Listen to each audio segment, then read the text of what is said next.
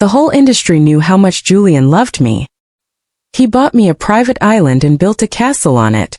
No matter how many actresses threw themselves at him, he stayed true. On the anniversary of our 4th year together, he invited me onto his yacht to propose. But his old flame suddenly appeared. "Julian, if I accept the confession you made 4 years ago, will you still want me?" Right in front of me, Julian said yes. When my best friend heard she steamed out on a $100 million cruiser, cut him off at sea and roared, "My Serena is an A-list Oscar winner. Only the biggest mogul on the East Coast deserves her." Subscribe before we sail on and drop a comment telling us where you're listening. 01 Valentine's Day, our 4th anniversary. Julian had bought a mega yacht just to spend it at sea with me. His friends hinted he would propose tonight, so I dressed like a dream. Snow-white mermaid gown, every curve the gym had carved. The instant I stepped into the salon, something felt off. Whispers fluttered through the crowd. I turned, catching sideway glances. One of Julian's buddies finally blurted, "Emery, what are you doing here?" I froze. Wasn't I supposed to be?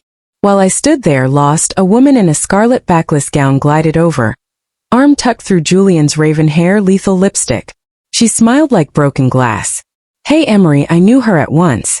Luna, headline starlet, my professional rival. I looked at Julian. He wouldn't meet my eyes. He was checking hers instead, the way he always did when he cared what she thought. Everyone knew Luna was the white moonlight Julian had never touched. I just never thought she'd pick the night he was going to propose to walk back in. They looked like the couple. I looked like the extra. Every gaze in the room glued itself to me. Pity, glee, popcorn crunching excitement. Standing there watching them share a silence thick with history. My heart tasted rusty. 02 Julian's crew used to brag that he'd once rented every LED screen on the Century Tower for 9 straight nights just to yell his love for Luna. To make her smile, he'd strong-armed Oscar kings and queens into recording her birthday greetings. Clips that broke the internet. Back then, Luna basked in the glow of Julian's world. But when he asked for the title boyfriend, she said her heart belonged to another and walked away. Coincidentally, that same day was the first time I ever met Julian. My parents had just died in a crash, leaving a mountain of debt. Collector sounded me until a scout discovered me and, promising a quick payday, shoved me into the business. That night, my agent pushed me into a private room at the Velvet Room, forced me into a tiny slip dress and hissed, "Make Mr. Boss happy and I'll give you 3 whole lines in the new pilot." Wolves in Italian suits circled. I tugged the hem lower and poured Julian's wine with shaking hands. A drunk exec pawed my wrist. "Alex, if you don't want the fresh meat, I'm claiming it." Julian kicked him into a corner, tilted my chin and drawled, "Keep me amused and you'll own this town, baby." After that, he became my shield. When I was still a nobody, industry snark sneered that I was just his toy. But under a sky full of shooting stars, he gave me the girlfriend title and a place to belong. When bullies on set cornered me, he started dropping by with coffee and bodyguards. The whispers died overnight. I'd once dreamed of circling the globe, but every dime had gone to the debt. Julian found out, and after every rap flew me to whatever city was next on the invisible map I kept in my head.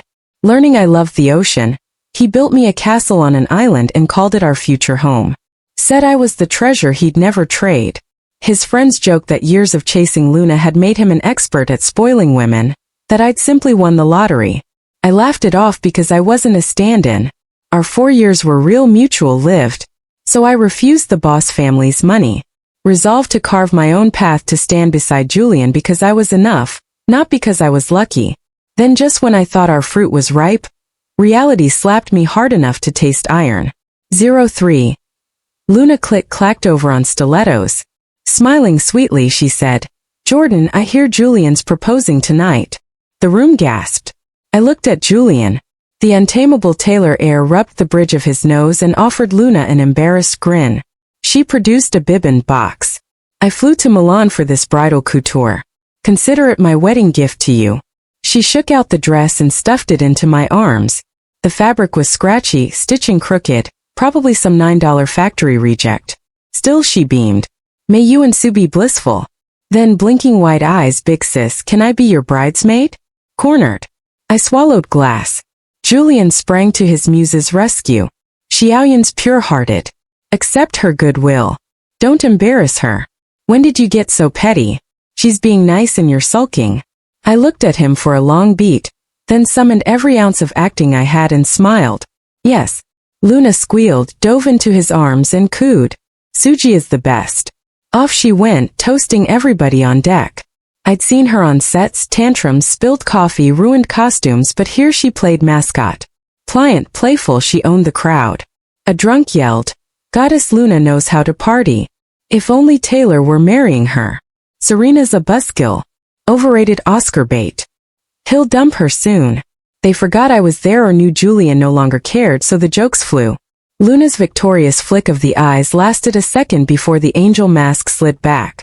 Finding tipsy, she tugged Julian's sleeve. "Sue, can I ask you something?" Every gaze pivoted. "If I take back my refusal, if I accept the confession you made 4 years ago, would you still want me?" My heart stopped. I clutched the flute so hard it sang. Silence stretched, then broke. "I would," he said. 3 syllables, a wrecking ball. The deck erupted in whistles and applause. Ice filled my veins. The glass slipped, shattering on teak, the sound swallowed by cheers. Someone jostled me against the rail. A heel snapped off and tumbled into black water. My ankle twisting with a hot crack. Hair fell around my face. A shoulder strap snapped. Once a paper cut had sent Julian panicking.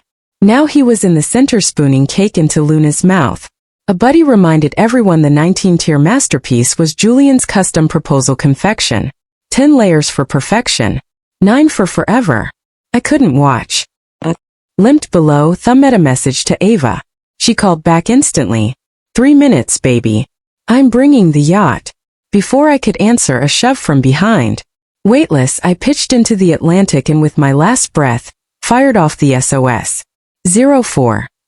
Freezing water rammed into nose and throat, dragging me under.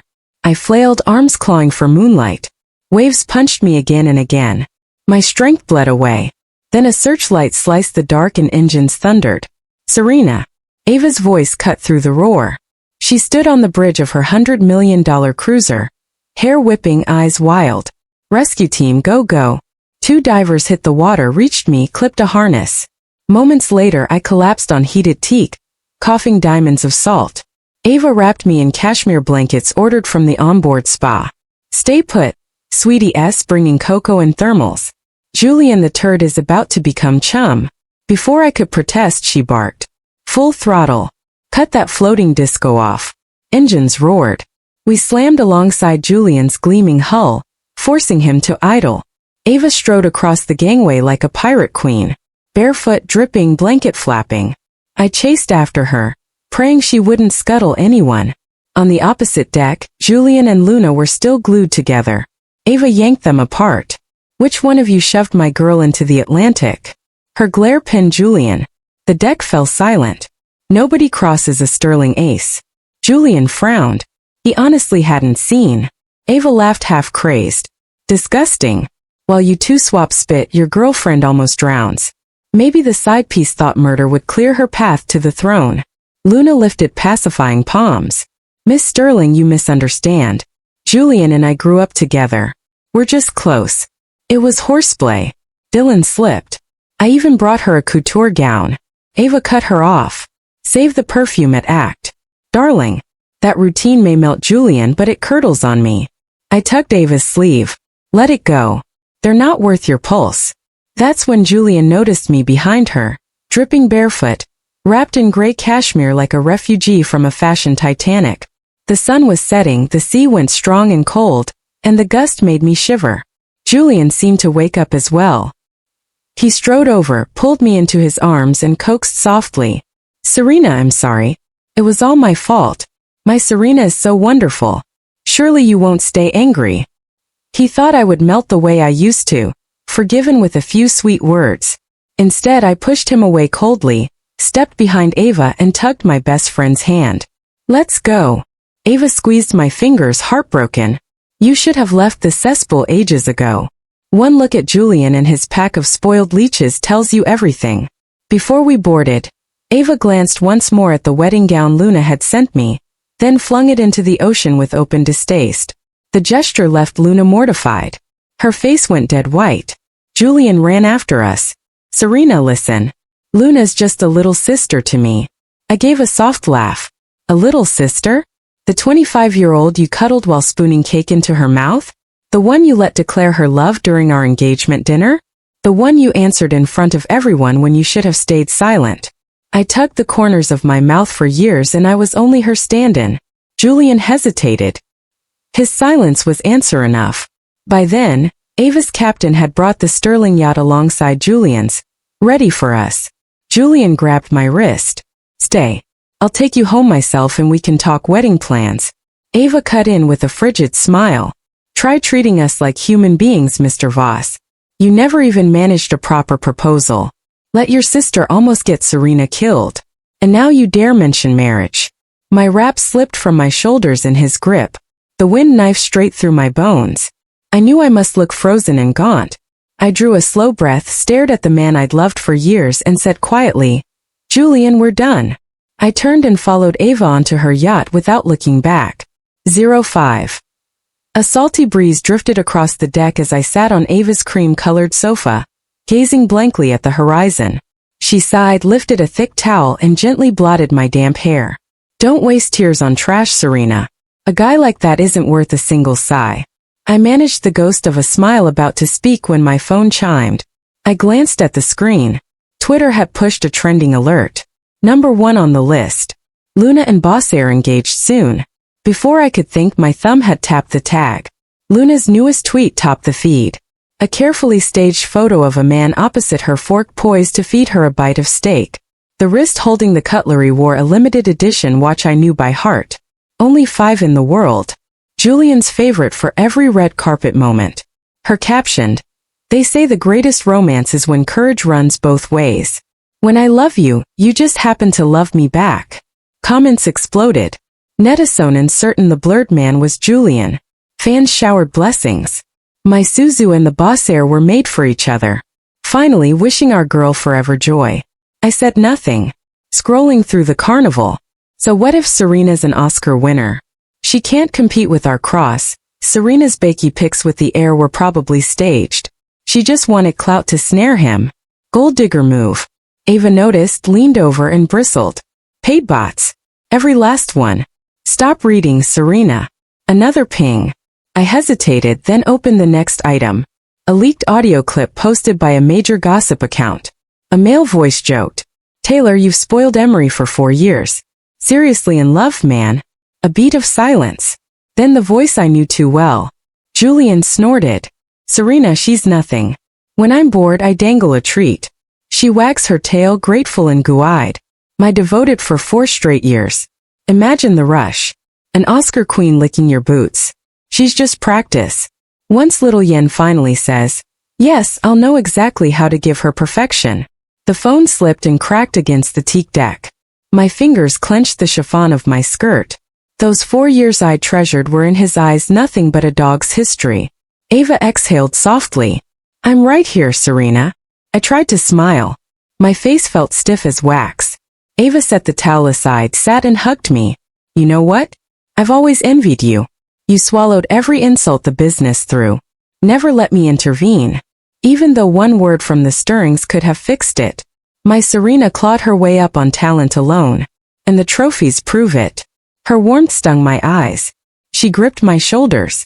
My radiant, hard-working bestie deserves the planet's finest man, not some trust fund parasite who can't even carry your heels. I laughed weakly. And this paragon would be. Ava wiggled her brows. Marry into the Stirrings. Pick one. My little brother or my uncle. When I gaped, she added, I vote Uncle Ethan. Silver Fox billionaire hunk. Think about it. We'd be real sisters. An image of Ethan flashed through my mind. Last year's Oscar ceremony when the industry's most deep-pocketed investor had handed me my golden statuette. Impeccable black tux, glacial aura. Eyes sharp enough to cut glass. Even seasoned actresses had squealed. His gaze had felt almost predatory, and I'd looked away first. Ava was grinning. So brother or uncle, I deadpanned. I'll stay single, hire 8 rising heartthrobs, and raise hell with my ride or die, she beamed. Then I'd better hustle and become the richest cougar on the eastern seaboard. The sun sank lower, But Ava's ridiculous vows chased some of the chill away. 06 Ava walked me home and left only after I promised not to do anything stupid. I spent the next day alone, then decided work was the best antidote. Cameron was casting an S-tier international blockbuster. Even an Oscar winner had to audition. I called my agent and arranged to read the next morning. On set, crew members who'd seen Twitter whispered and stared. I ignored them. Lights, lenses and campus backdrops felt like sanctuary until I spotted Luna in the lounge. She lifted a brow. Look, it's Emery herself. Here to audition. I kept my smile polite. Fair competition for everyone. She dropped the act. With your meager skills, withdraw now and spare yourself. I walked to the holding room and buried myself in the script. The heroine's losses mirrored mine. When Cameron called me in, the scenes poured out of me in one take. The panel murmured approval and my hopes lifted.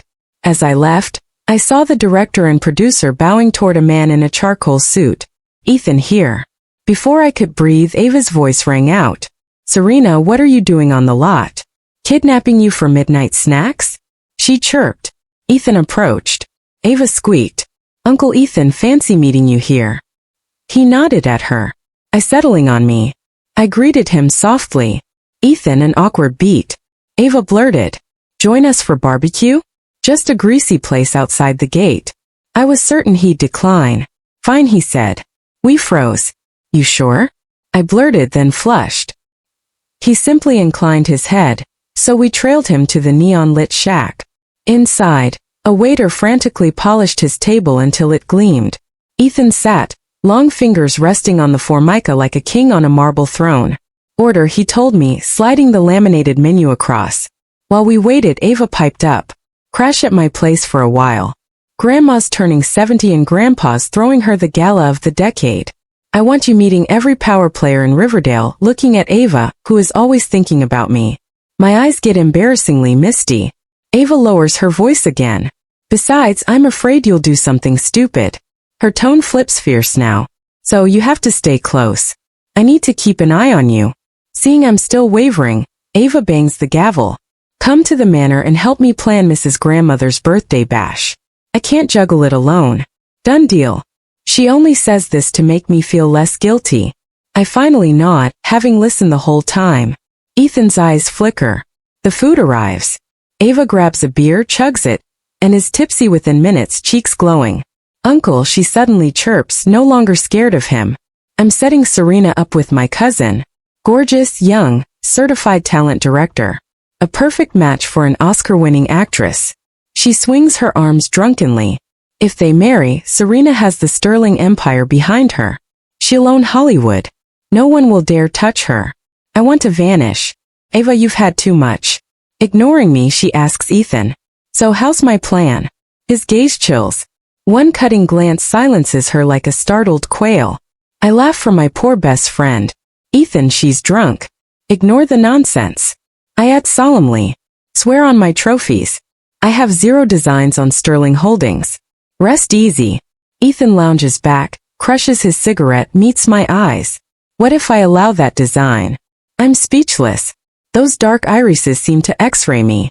My pulse sprints. No wonder Luna still pines. Up close, even without his billions, the man's face and aura could topple armies. I wonder, would Julian implode if he knew Luna is desperate for the very man who could have her with a crook of his finger? Ava coughs me back to earth. I parry, smiling. 9 lives wouldn't be enough to misbehave in front of you. I toast hastily. Try the late-night barbecue. It's stellar. He clinks, half smiling. Time crawls until Ethan signals for the check. I exhale, believing the ordeal over. Outside, the street is dark. Near the studio lot, Julian is lecturing the casting director, who looks pained. Luna clings to Julian kittenish. He switches from irritation to tender smiles, hugging her close. Ava mutters, dead green tea. Luna dragged Julian here to strong-arm the female lead slot. He's tasteless, dumping you for that fake petal vase. She suddenly whispers, don't worry, Sterling Media has deeper pockets. My uncle is the biggest investor on this film. Ethan leans against his Maybach. Ava jerks her chin. He never chases women. Maybe you could be the first. Bag him and the industry is yours. Before I finish processing, she shoves me. I stumble straight into Ethan's chest, palms landing on the hard ridges beneath his white shirt. The earlier beer fogs my brain. I actually press. Looking up, I'm snared by storm-black eyes. When one brow lifts, I sober, snatching my hands back. Didn't expect a mogul to outgym the rising heartthrobs. An iron arm yanks me flush against him. His heartbeat drums into me. His murmur brushes my ear. Seems Emery likes my body. Want a closer comparison? Say versus the boss heir. Julian's name ices me. I shove free. Ethan jokes. It's late. Let's call it a night. Reading my face, he offers mildly. I'll drive you home. Surprised, I assumed he'd head to his own estate. Ava stammers. No need. We can call the driver. Ethan glances at me. Haven't been back to Sterling Manor in ages. I'll stay a few days. Yeah, right. I think at the manor, Ava chirps. Uncle, the room beside yours is free, perfect for Serena. She winks. I glare daggers, but Ethan nods, gaze grazing my face. I keep smiling. Inside my suite, I replay Julian bullying the director. Will the Sterling investment override the boss pressure? I sigh, do my part, let fate decide. I expect insomnia, yet sleep claims me instantly. Morning sun is pouring in when my phone rings. Emery. Director practically sings. You are my female lead. No one else comes close. I blink. Come again. He launches into raptures. Powerhouse chops. Box office magnetism. Tailor-made aura. Ad infinitum. Suspicious. I hang up and remember Ava's hint. Only one name carries enough weight to bulldoze the boss clan. I find Ava heading out to walk the dogs. Is your uncle home? Booked up in his study. She smirks outside the mahogany doors. I knock. Exhale. Step inside. Sandalwood drifts in the air. Ethan looks up from folders.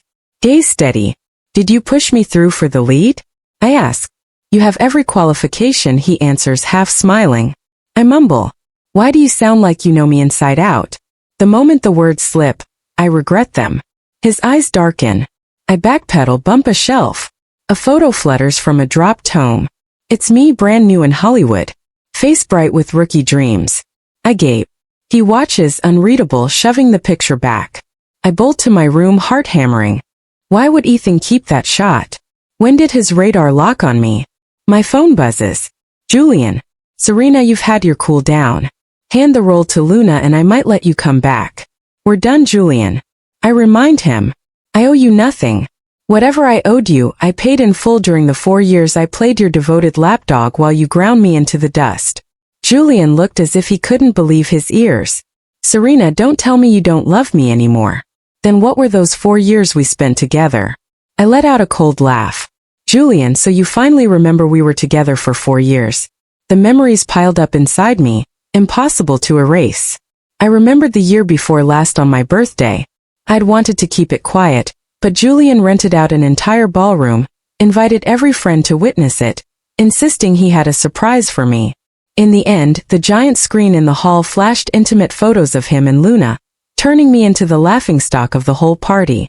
Last year on the star-studded night of the Galaxy Awards, I competed on the same stage with Luna and ultimately took home the Oscar. Yet, Julian announced to the press that the voting had been rigged, that the judges had overestimated my acting, that I was unworthy of the title while Luna was the rightful winner. He even demanded on the spot that I hand my trophy to Luna. And when we stepped off the stage, he told me to hold her train. And this year, right before the night he was supposedly about to propose, he got blind drunk for several nights in a row and called me Luna's name while I sat beside him. My voice dropped to ice. Julian, from now on we go our separate ways. Quinn, let's part on good terms. With that, I ended the call and cut every last thread between us. 09. Sunlight spilled across my face. I shook my head gently, trying to fling those stubborn thoughts from my mind. Time to work. I slid the script into my bag and headed for the film set. The studio lot was a bustle of crew coming and going. I walked straight to the director. Cameron, there are still a few details in this scene I don't quite get. Can we go over the script? The director agreed cheerfully. We sat down and dug deep into the character Casey. And before I knew it, the afternoon had slipped by. Back in my trailer, I asked my little assistant Lulu to run lines with me. Lulu, let's start from scene 3. I opened the script. Suddenly, the trailer door swung wide. Ethan's tall frame filled the doorway. The director followed right behind, shooting Lulu a look. Lulu caught it, caught on, and skirted out. The director closed the door with a grin, leaving Ethan and me alone. I fought to keep my voice steady. Ethan dropping by so suddenly, something urgent. I lifted my gaze, forcing calm. Shooting starts soon, Rowan. I need Lulu to rehearse with me. I have to get familiar with what we're filming. Ethan's mouth curved slightly, a gleam in his eyes I couldn't read. I'll rehearse with you, he said in that low, magnetic voice. Better than letting your poor assistant play the leading man. Instinct told me to refuse, but Ethan had already picked up the script and flipped to the page I'd marked. His eyes lifted to mine, imperious. No room for argument. I sighed inwardly. Then I'll trouble you, Ethan. I slipped into character the next second. I lifted a corner of my Chong Sam, traded my earlier stiffness for poise, and settled onto his lap. Young master, I purred using the film's line as I stroked his face. You're truly leaving me. Ethan's hand settled casually at my waist, his gaze suddenly dark. I have to go, he murmured, but my heart will always belong to you. Our eyes locked, the air filled with a charged haze. I followed the plot, seducing the hero. Ethan, playing that hero, matched me beat for beat, stoking my pulse. We were a spark away from fire, breath mingling in the tiny trailer. His palm burned through the thin silk to my skin. Only when Ethan rolled me beneath him and began trailing kisses along my throat did I jerk awake, face crimson, and push him off. Morgan, Ethan, for the help, I think I've grasped the part. I fought to sound calm. It's a bit warm in here. I'm going outside for some air.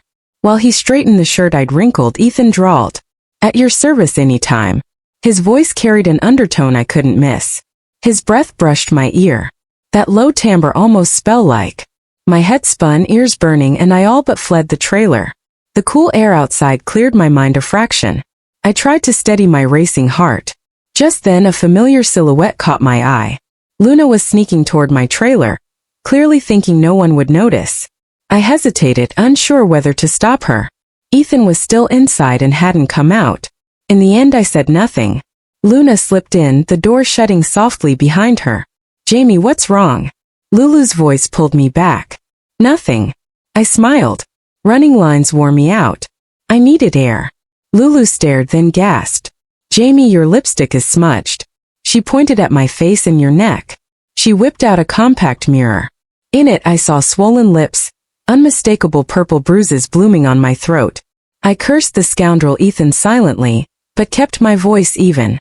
A mosquito got me while I was drinking juice. Lulu, could you fetch the makeup artist to touch me up? Thanks.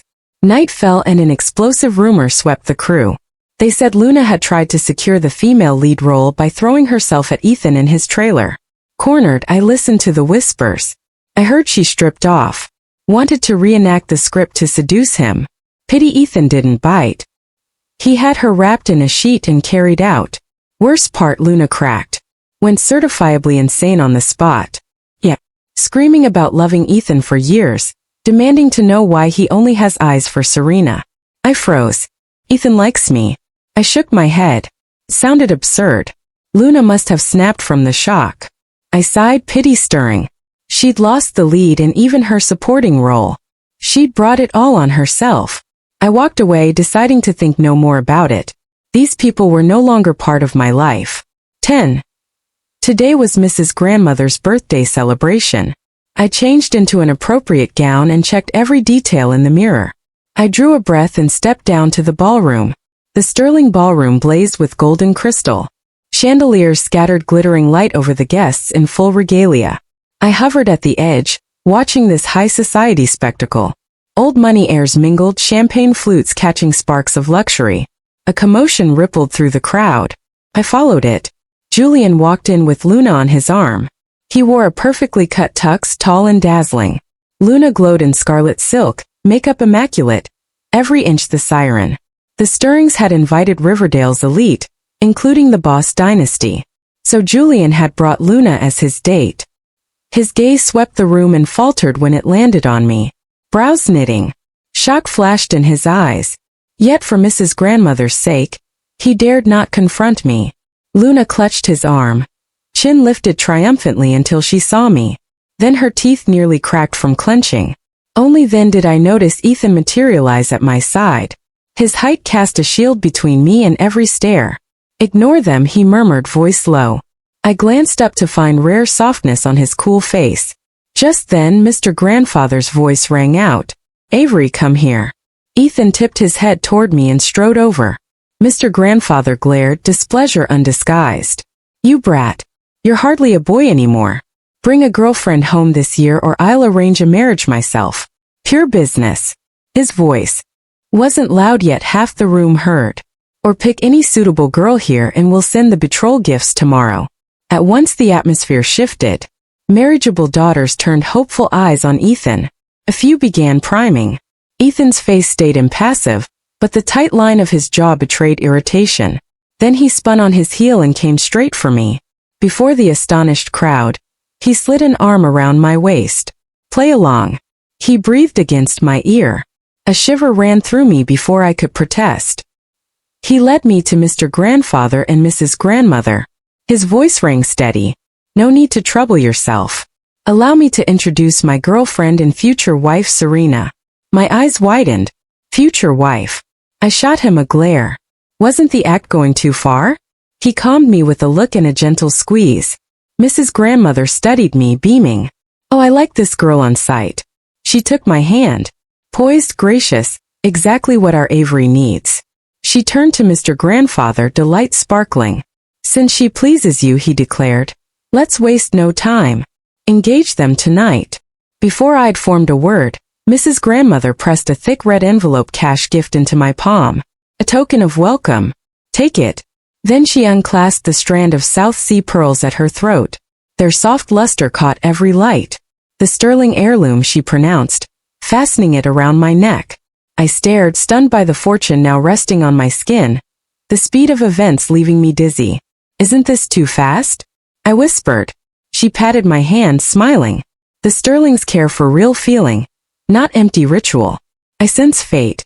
No one could sue Avery better." My mind blank. I could only nod. Under a hail of toasts and congratulations, I clung to Ethan's side. Across the room, Luna's eyes burned with naked jealousy. Yet Ethan, usually so austere, wore unmistakable joy. Ava winked and mouthed little auntie beside herself with glee. Champagne after champagne warmed my cheeks. I tugged Ethan's sleeve. "Powder room. I'll be right back." He released me with a nod. On towering heels, I threaded through guests toward the corridor. Julian never took his eyes off me. At the corner, a hand clamped around my wrist. Julian's face was twisted when I spun around. "That eager for your next sugar daddy?" he hissed. I tried to wrench free, his grip only tightened. "Let go," I warned under my breath. He ignored me, shoving me into the ladies' lounge. "What do you want?"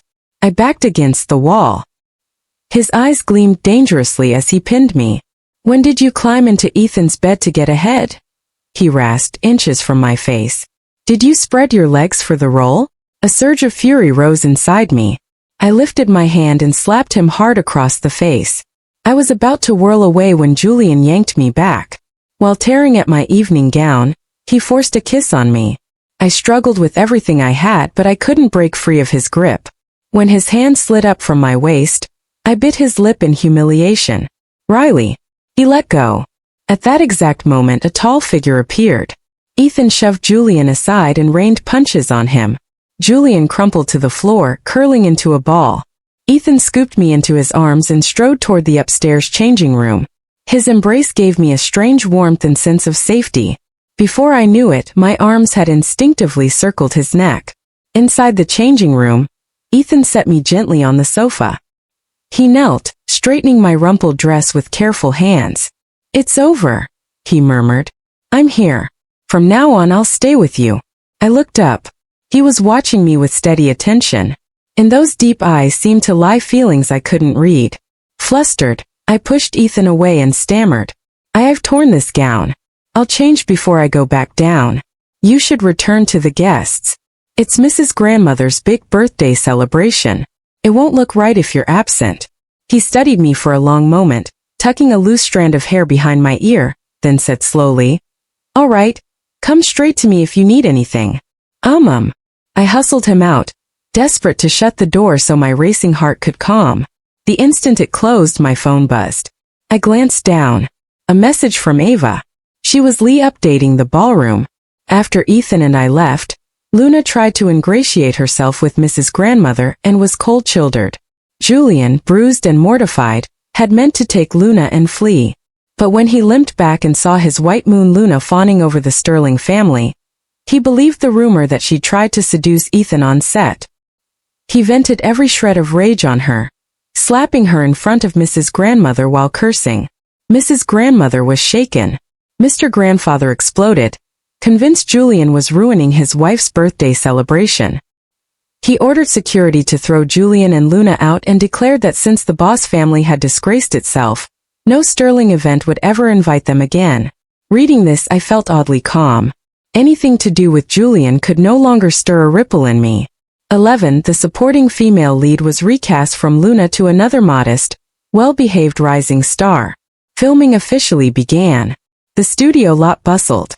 Cameron watched the new supporting actress and nodded again and again. Good. This expression is spot on. Without Luna, the whole set relaxed. The cinematographer and gaffer no longer looked tense. The makeup artist stopped whispering.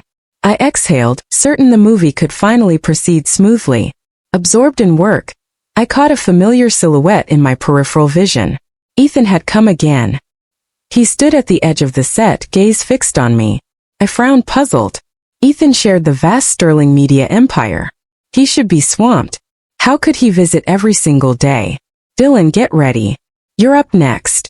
The assistant director called, snapping me back. I nodded and hurried to the makeup trailer. As I passed Ethan, he said, "It's chilly. I had my assistant bring you a down jacket." I paused, only then noticing the goosebumps prickling my arms. "Morgan," I whispered, an odd flutter inside me. "Emery, we're rolling the next scene." Cameron shouted. I drew a breath, centered myself and stepped before the camera. Ethan watched from a distance. I smiled at him, then turned to work. We shot deep into the night. When Cameron finally yelled, "That's a wrap," my shoulders sagged with relief, dragging my tired body off the lot. I spotted Ethan leaning against his understated luxury sedan. Arms folded, eyes locked on me with predatory intensity. I shivered, remembering the photographs in his study, and instinctively tried to flee, only to be blocked. "It's late. I'm driving you home." His tone barked no refusal. Before I could answer, he pulled me firmly into the car. The instant the door shut, his scent enveloped me. He settled me on the rear seat, pinned me against the door and coaxed, "Don't push me away." "All right." I had no time to reply before his mouth took mine, storming every corner. I melted against him. He nipped my ear and breathed, "Serena, do you know how long I've waited for this?" Ethan's nightly presence became routine. After wrap, I expected dinner with him. In the private kitchen, he carefully plated every dish. Before I realized it, I looked forward to those hours. I no longer shrank from his touch. When his fingers brushed mine, my heart skittered. The subtle shift both thrilled and frightened me. One night, Ethan took me to a luxury condo nearby. "I bought this for you. You'll stay here during the shoot." Startled, I started to refuse. He bent slightly, eyes level with mine. "I'm the film's biggest investor. Only if the leading lady rests well can she give her best performance." His voice was gentle but final. I bit my lip, wavering. At last I nodded. A triumphant smile flashed across Ethan's face. Day after day, he insinuated himself into every corner of my life. His meticulous care quietly lowered my guard. When I caught a cold on set, he summoned his personal doctor at once. Watching him fret, I unconsciously let myself be pampered. "Mr. Sterling, I'm so tired today." He stroked my hair. "Then we go home early."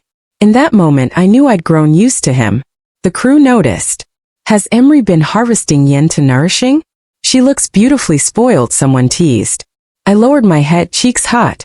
Compared with the hollow wreck I'd been after Julian, the woman in the mirror now glowed, eyes bright, skin flushed, happiness spilling over. A phrase drifted through my mind. To love someone is to tend a flower. 12. 6 months after we wrapped, the film premiered. Box office soared. and I became the undisputed #1 A-list star in the country. Lights blazed. On the award day, as I clutched the heavy golden statuette, I steadied my voice. Thank you for your support and love. Applause thundered. Ethan stood at the side, eyes burning. He mounted the stage and handed me the highest Oscar honor himself. Our gazes locked. His swirled with turbulent feeling. Congratulations, he murmured, lips curving. His fingertips grazed mine, and electricity shot through me. Heat flooded my cheeks. Backstage, industry people crowded in. Dylan, congratulations. Our company has a new project. Emery, would you consider endorsing our brand? I answered politely, mind still on Ethan. I glanced over. He stood nearby, a faint smile playing on his lips, eyes never leaving me. After the ceremony, I invited him to dinner. In the private alcove, the air was quiet. Ethan Morgan for giving me this chance to act. I lifted my glass. Amusement flickered in his eyes as he tapped his rim to mine. Your talent and hard work earned this. 3 glasses in. My cheeks burned and my head felt light. Ethan leaned close. Warm breath brushed my ear.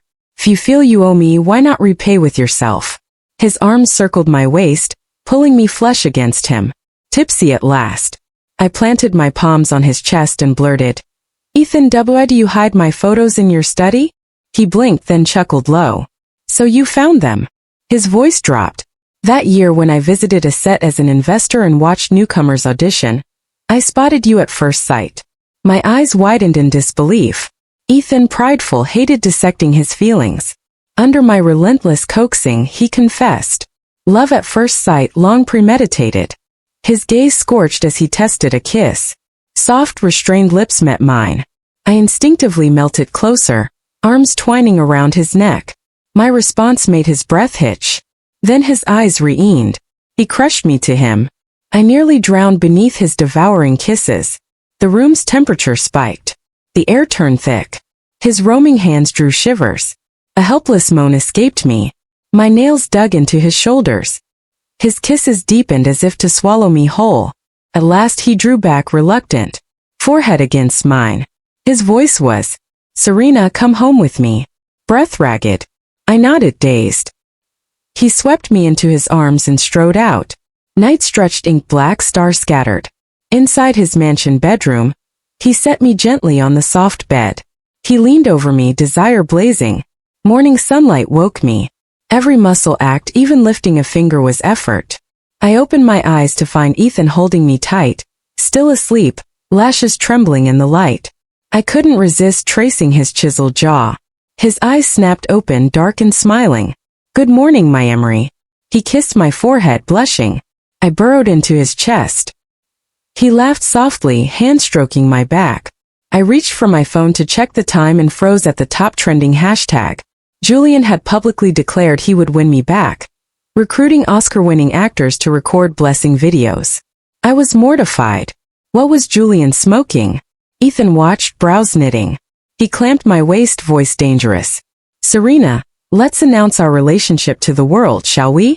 Right then, a photo of Ethan and me exchanging that gaze at last night's ceremony went viral. Anyone could see the naked possessiveness in his eyes.